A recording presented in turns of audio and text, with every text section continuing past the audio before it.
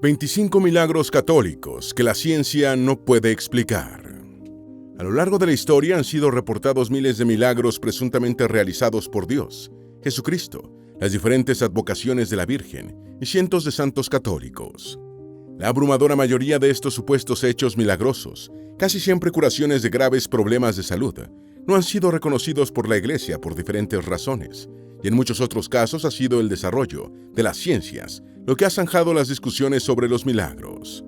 Sin embargo, en algunas otras ocasiones la ciencia sencillamente se queda sin palabras para explicar cosas que han ocurrido. Hoy conoceremos tan solo algunos de esos milagros que los científicos no han podido explicar. Antes de meternos a fondo, no te olvides de suscribirte a nuestro canal y activar las notificaciones para mantenerte al día con nuestras actualizaciones.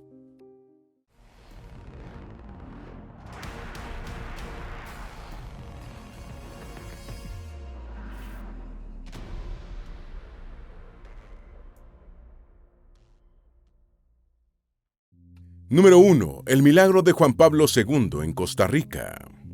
El doctor Carlos Vargas estaba perplejo mientras revisaba, una vez tras otra, los exámenes de Floribeth Mora Díaz, una paciente a la que le había dado un mes de vida por un aneurisma cerebral. Verificó en el laboratorio que no se hubiera producido una confusión y retornó a su consultorio para revisar el expediente de nuevo, hasta que se rindió a la realidad. El aneurisma que lo llevó a desahuciar a Floribeth había desaparecido. La costarricense, que semanas antes yacía postrada en su cama, apenas pudiéndose mover e incapaz de sostener una cuchara para alimentarse, lo observaba sonriente, mientras le aseguraba que había sido un milagro de Juan Pablo II, a quien le había pedido ayuda. El médico decía: «Es inexplicable, porque ni siquiera había una mancha en mi cabeza, en las arterias, de que en algún momento hubo un aneurisma», contó Floribeth. En aquel momento el doctor Vargas recibió el comentario de Floribeth con escepticismo, pero no tenía cómo explicar la ausencia de la dilatación arterial que él mismo había visto, como tampoco le fue posible después de otros exámenes en instituciones médicas de Costa Rica e Italia. El aneurisma sencillamente había desaparecido. El milagro, aprobado por la Iglesia Católica, se convirtió en una prueba para canonizar a Juan Pablo II. Número 2. Milagro eucarístico de Sokolka. El domingo 12 de octubre del año 2008, durante la misa celebrada en la iglesia de San Antonio de Sokolka, en Polonia, una hostia ya consagrada se le escapó de las manos a uno de los sacerdotes que impartía la comunión y cayó al suelo. Según la doctrina católica de la Eucaristía, la hostia consagrada es el cuerpo de Cristo. Tal como indican las normas litúrgicas, la hostia fue recogida del suelo y puesta en un básculum, un pequeño recipiente con agua, donde se supone que debía disolverse. Una semana después, la hermana Julia Dobowska, sacristana del templo, observó que la hostia no se había disuelto y que tenía en el centro una mancha roja, parecida a un coágulo de sangre. La hermana Julia informó del sorprendente hecho al párroco, Stanislav Jensenko, quien a su vez puso al corriente a otros sacerdotes, que también quedaron perplejos con lo observado. El arzobispo metropolitano de Białystok, Eduard Osorowski, se sumó al grupo de sorprendidos por la hostia no disuelta, con una mancha que parecía sangre.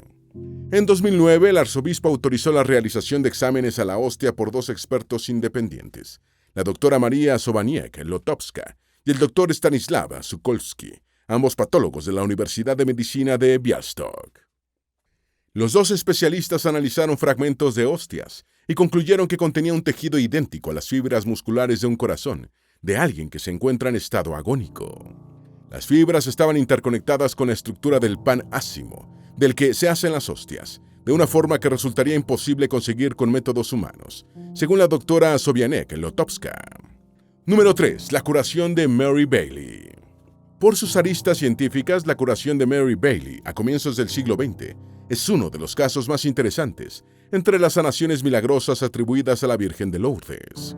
Durante 3 años, Bailey estuvo bajo tratamiento en los hospitales de Lyons y Saint-Foy por una peritonitis tuberculosa, siendo atendida por 8 médicos que después presentaron sus testimonios.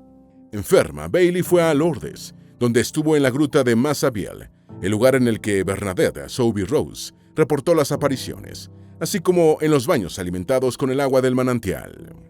Después de su estancia en Lourdes, Bailey experimentó una curación repentina de su peritonitis tuberculosa en fase terminal, según testimonió uno de sus médicos, el doctor Alexis Carrel, quien en 1912 ganó el Premio Nobel de Medicina.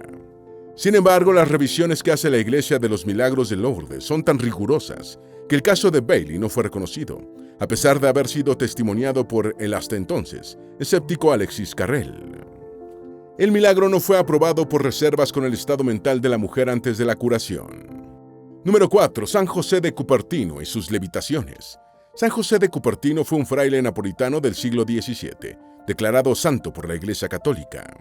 Según la causa abierta por su canonización, estaba dotado del don de la levitación, siendo registradas más de 70 levitaciones, convirtiéndose en el santo con mayor cantidad de eventos de este tipo atribuidas.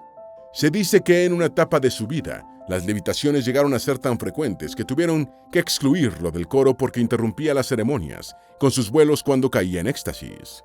Empezaron a decir que todo era un engaño y el Papa Urbano VIII, intrigado, lo convocó a Roma. Se afirma que, frente al Papa, José de Cupertino cayó en éxtasis y levitó, agenciándose el mejor testigo posible para dar credibilidad a sus levitaciones. Se dice que el príncipe protestante Juan Federico también lo vio levitar y quedó tan impresionado que se convirtió al catolicismo. Número 5. El milagro que evitó la muerte de Juan Pablo II. El 13 de mayo de 1981, el turco Mehmet Ali Akka le propinó 4 balazos al Papa Juan Pablo II en la plaza de San Pedro. 2 de las balas alcanzaron el abdomen, una impactó en el brazo derecho y la otra en la mano izquierda.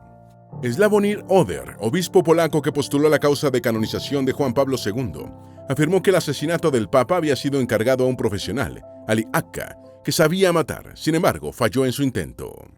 El documental Wojtyła, la investigación, dirigido por el periodista español José María Zavala y estrenado en 2020, maneja la tesis del milagro para explicar la salvación del influyente Papa polaco. Oder, muy cercano a Juan Pablo II, añade, refiriéndose al balazo más grave, la fuerza de la bala podía atravesar a 6 personas. La trayectoria de la bala es humanamente inexplicable. Desde el primer momento el Papa rezaba, ofrecía su sufrimiento por el bien de su iglesia, y pensé, verdaderamente así nacen los santos. Juan Pablo II perdió el 75% de su sangre, literalmente se desangró, pero sobrevivió, un milagro que él mismo atribuyó a la Virgen de Fátima. Número 6. Las lágrimas de la Virgen de Siracusa. La Virgen de las Lágrimas es una imagen de María venerada en la ciudad siciliana de Siracusa, Italia, sobre la que se afirma que estuvo derramando lágrimas durante 4 días seguidos en 1953. En 1994, el Papa Juan Pablo II dijo en el lugar, «Son lágrimas de dolor por cuantos rechazan el amor de Dios, lágrimas de dolor y esperanza». El supuesto portento fue observado por los esposos Angelo Lanuso y Antonina Lucia Giusti, quienes tenían la imagen de la Virgen en su humilde vivienda siracusana. Antonina y Angelo conservaban la Virgen en relieve sobre yeso en su dormitorio y vieron cómo caían lágrimas de los ojos de la imagen durante 4 días, entre el 29 de agosto y el 1 de septiembre de 1953. Los esposos, que habían recibido a la Virgen como regalo de bodas, llamaron al párroco Giuseppe Bruno, quien llegó acompañado de algunas personas, entre las que se encontraba el doctor Michel Casola, médico conocido por su ateísmo, quienes constataron la versión de los esposos. Según testimonios, el líquido brotado de los ojos de la imagen fue examinado y resultó ser de la misma composición de las lágrimas humanas. Número 7. El milagro del anciano. El milagro del anciano, reportado en el siglo VIII en esa pequeña ciudad italiana, fue el primero de naturaleza eucarística en ser documentado por la Iglesia. Se afirma que ocurrió cuando un monje sacerdote que abrigaba dudas sobre la presencia de Jesucristo en la Eucaristía vio durante la realización de una misa cómo la hostia y el vino se transformaban en carne y sangre. Según los registros del hecho, cerca del año 700, el monje sacerdote Basilio fue designado para realizar la misa en el monasterio de San Longino. Mientras celebraba el rito en latín, al proclamar las palabras, «Este es mi cuerpo, esta es mi sangre», con dudas sobre lo que decía, se afirma que el monje vio transformarse el pan ácimo en carne viva y el vino en sangre, que se convirtió en 5 coágulos. Según se afirma, los glóbulos de sangre que fueron conservados en una custodia de plata dentro de un cáliz de cristal tienen la insólita particularidad de pesar siempre 15 o 18 gramos independientemente de que sean pesados, uno, varios o todos. Un examen de la carne y los coágulos sanguíneos, realizado en 1971 por el patólogo Odoardo Linoli, concluyó que la primera era tejido cardíaco humano y la sangre del tipo AB, sin encontrarse trazas de preservantes. Número 8. Nuestra Señora de Seitón. Nuestra Señora de Seitón es el nombre que recibe una aparición mariana reportada en Seitón, un distrito de la ciudad egipcia de El Cairo, durante un lapso de 3 años a partir del 2 de abril de 1968. La primera aparición fue reportada cuando Mohamed Farouk Atwa, un mecánico automotriz musulmán, que circulaba por la noche el 2 de abril de 1968 por la calle de la iglesia copta de Santa María de Seitón, vio lo que le pareció que era una mujer que se disponía a saltar desde lo alto del templo.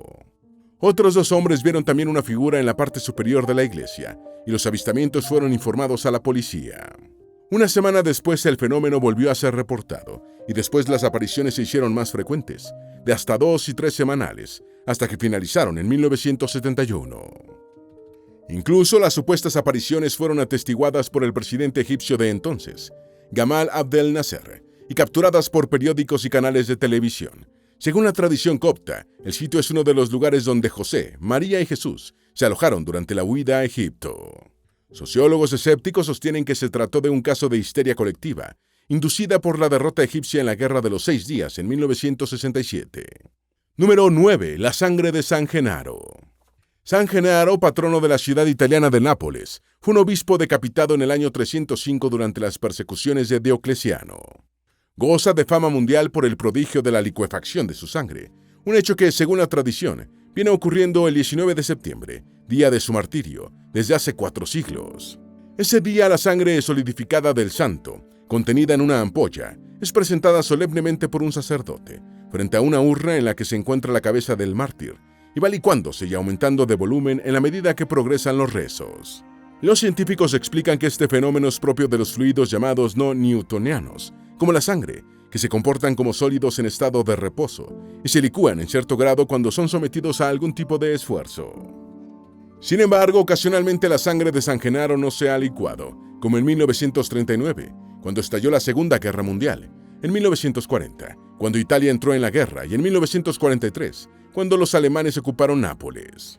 Tampoco se licuó en 1980, cuando se produjo el terremoto de Irpinia en la región de la Campania, cuya capital es Nápoles. Los fieles señalan que estas faltas de licuefacción estuvieron asociadas a los acontecimientos aciagos ocurridos en esos años.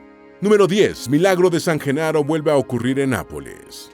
La sangre de San Genaro es expuesta 3 veces al año, el sábado anterior al primer domingo de mayo, día en el que se conmemora el traslado de las reliquias del santo a Nápoles, el 19 de septiembre, aniversario de su martirio, y el 16 de diciembre, día de su festividad como patrono de la ciudad. El 16 de diciembre de 2024, la licuefacción de la sangre de San Genaro se hizo esperar, ya que solo se produjo a las 5:40 de la tarde, cuando lo habitual es que ocurra en la mañana.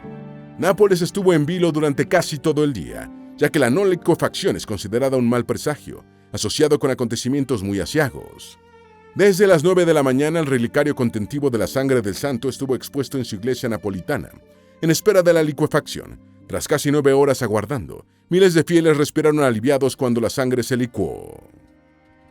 Número 11. Milagros del Padre Pío. Pío de Pietrelcina, más conocido como el Padre Pío, fue un fraile capuchino y sacerdote italiano que vivió entre los años 1887 y 1968, conocido por los estigmas que mostraba en su cuerpo y por los dones milagrosos que se le atribuían. Fue canonizado por el Papa Juan Pablo II en 2002. Amado por su feligresía de San Giovanni Rotondo y escarnecido por los escépticos y por otros miembros de la Iglesia que afirmaban que sus estigmas y milagros eran falsos, el Padre Pío convocaba multitudes de peregrinos que iban a verlo y a confesarse con él. El Vaticano le prohibió el ministerio entre 1922 y 1933, a pesar de lo cual se convirtió en una de las figuras religiosas más populares de Italia, con una feligresía que lo veneraba desde mucho antes de ser declarado santo. Cuando Juan Pablo II lo canonizó el 16 de junio de 2002, la plaza de San Pedro estaba abarrotada por 300.000 fieles. Se le atribuyen milagros como curaciones milagrosas, bilocación y la capacidad de leer los pensamientos de la gente. Número 12. El milagro del Padre Pío con Gemma di Giorgi. El milagro más famoso atribuido al Padre Pío fue el que supuestamente obró en Gemma di Giorgi, una niña siciliana que nació sin pupilas, cuya ceguera se afirma que curó. Gemma fue llevada a San Giovanni Rotondo por su abuela en 1947 para ver al Padre Pío y durante el trayecto empezó a ver, afirmando que veía el mar y un barco que lo surcaba. La abuela no creyó que su nieta hubiese recuperado la vista y tras llegar a San Giovanni Rotondo, se confesó con el Padre Pío y le pidió que implorara a Dios la curación de la niña. Según el testimonio de la mujer, el sacerdote le dijo: «La niña no debe llorar y tú tampoco, porque la niña ve y tú sabes que ve». Una tradición afirma que el obispo polaco Karol Józef Wojtyła, futuro Papa Juan Pablo II, le escribió en 1962 al Padre Pío para pedirle que intercediera ante Dios por Wanda Polczaka, una amiga enferma de cáncer. Más tarde se descubrió que el cáncer de Polczaka había remitido espontáneamente. Número 13. La Virgen de Fátima. Aparte del milagro del sol, los niños portugueses Lucía dos Santos, Jacinta y Francisco Marto, que reportaron en 1917 las apariciones de Nuestra Señora de Fátima, dijeron que la Virgen también había profetizado que aparecería una gran señal en el cielo nocturno, que antecedería a una segunda gran guerra. El 25 de enero de 1938, una aurora boreal dejó ver luces brillantes por todas partes, en el hemisferio norte, visibles incluso en lugares tan al sur como California, las Bermudas y el norte de África. Fue el fenómeno de auroras boreales más sorprendente en los 229 años anteriores, y la población de París y otras ciudades se alarmaron creyendo que se trataba de grandes incendios, solicitando la intervención de los bomberos. Lucía, quien se había hecho monja y era la única superviviente de los 3 niños videntes de Fátima, le dijo a su superiora que creía que esa era la señal indicada por la Virgen en su aparición. Al día siguiente, Lucía le escribió al obispo manifestando el mismo parecer. El año siguiente estalló la Segunda Guerra Mundial. Número 14. El milagro del sol. Los niños de Fátima afirmaron que una de las profecías que les había hecho la Virgen era que haría una aparición en el cielo diurno el 13 de octubre de 1917 para escuchar peticiones y realizar milagros. El día señalado, una multitud expectante de 700,000 personas se reunió en Cova da Iria, cerca de Fátima, en espera de la aparición mariana. Aunque no se produjo la esperada aparición, un gran número de presentes afirmaron haber visto una actividad solar extraordinaria, incluyendo al sol danzando, zigzagueando y emitiendo luces multicolores.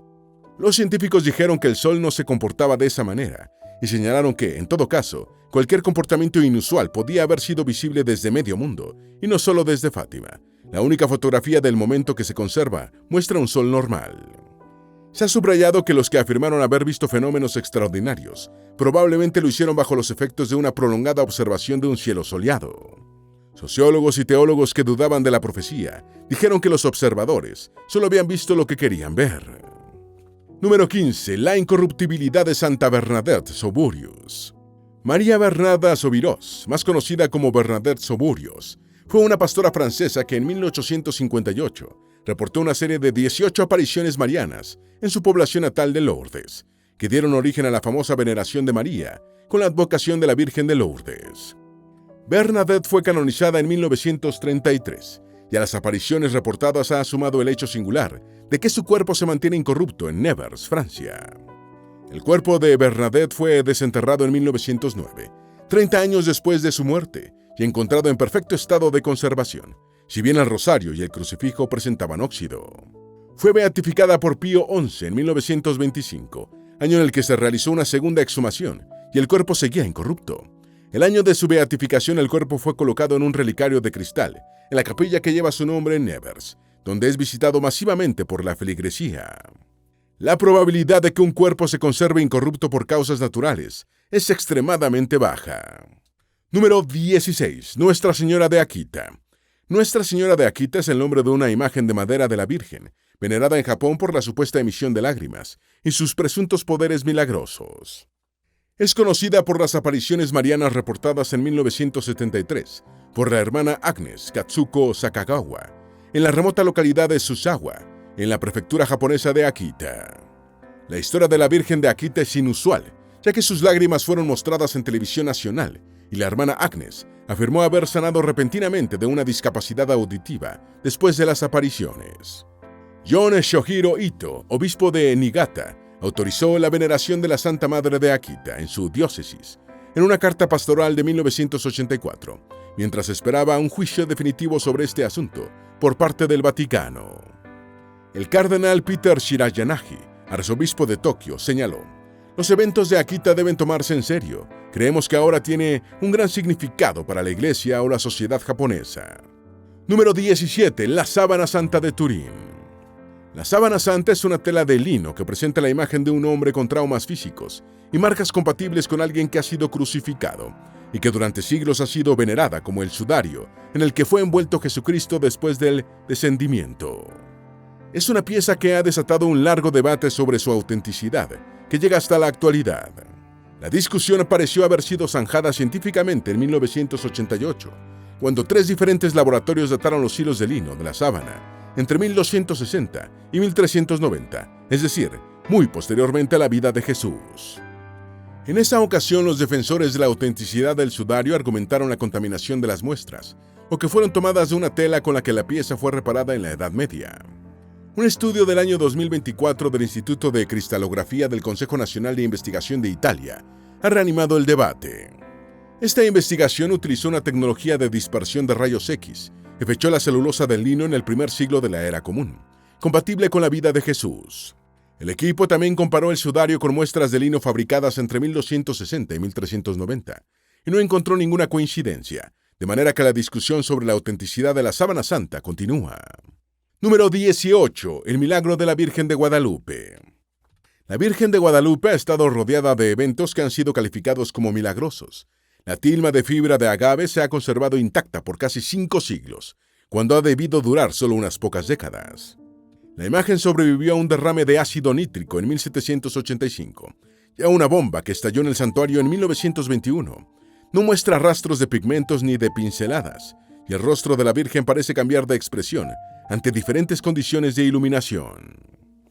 La vivacidad de los ojos de la Virgen es una de las cosas más comentadas sobre la imagen, al ofrecer un efecto tridimensional similar al de unos ojos vivos. Además, en los ojos parecen reflejarse 13 personas, los que estaban presentes cuando el indio Juan Diego le enseñó su tilma, con la imagen impresa al obispo Juan de Zumárraga. Número 19. Nuestra Señora de Lourdes. La advocación mariana de Nuestra Señora de Lourdes es una de las que mueve más peregrinos en el mundo, recibiendo la visita de 8 millones de fieles cada año. En Lourdes, el agua que brota del manantial descubierto por Bernadette Soubirous, cuando reportó las apariciones marianas en 1858, es considerada milagrosa y muchas personas afirman haber sanado de enfermedades bebiéndola o bañándose con ella. El manantial genera 100.000 litros de agua diariamente desde que fue descubierto por Bernadette. Desde las apariciones hace 167 años, se han reportado 7.000 curaciones milagrosas atribuidas a la Virgen, de las cuales 70 han sido reconocidas por la Iglesia. La Iglesia siempre ha sido muy cuidadosa acerca de las curaciones, dijo el médico francés Patrick Thaler, director de la oficina médica.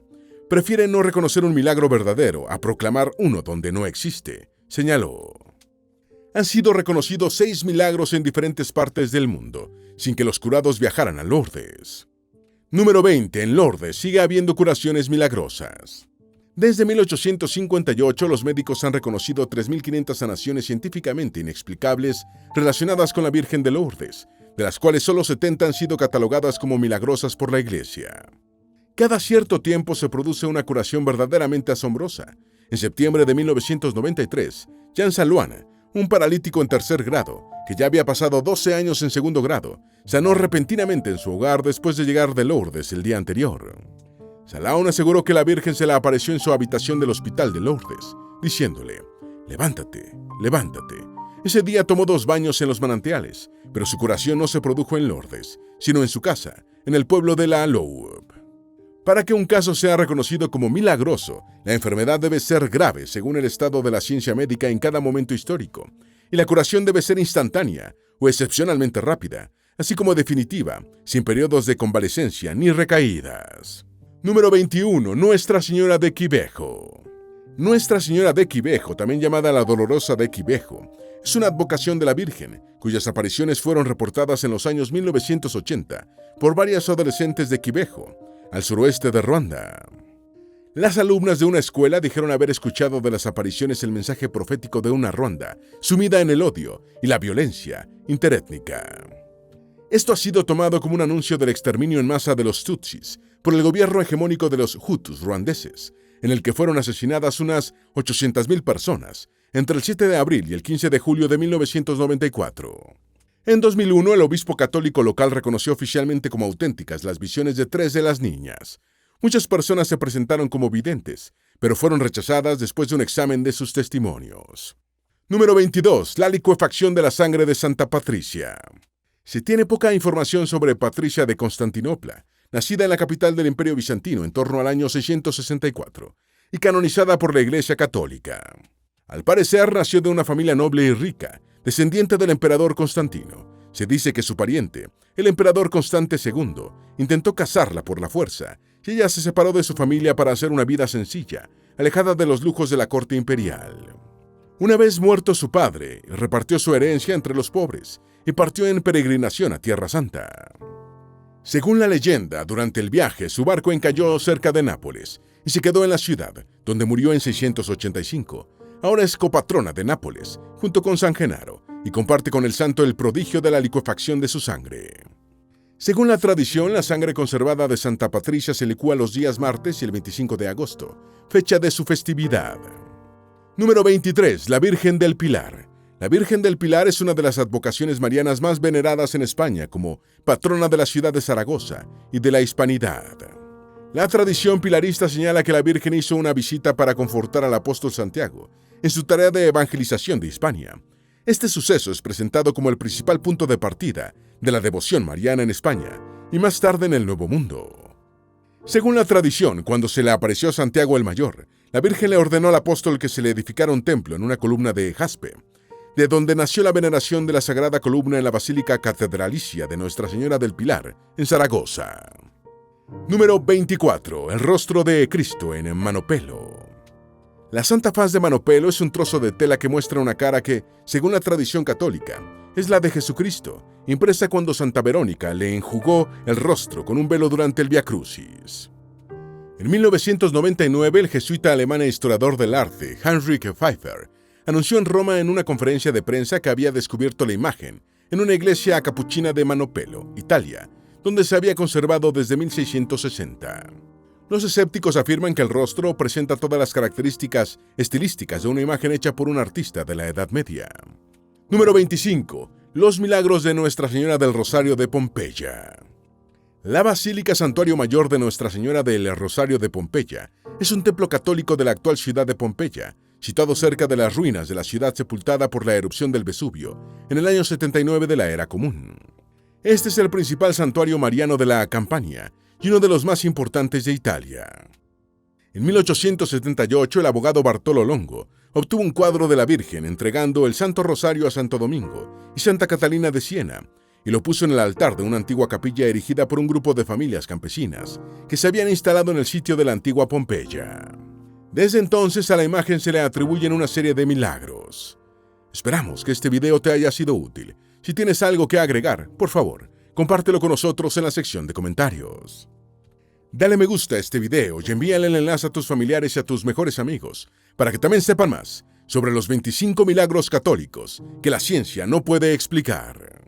Si eres nuevo en nuestro canal, no olvides suscribirte. No se te olvide seguirnos en todas nuestras redes sociales, que van a estar aquí abajo en la descripción.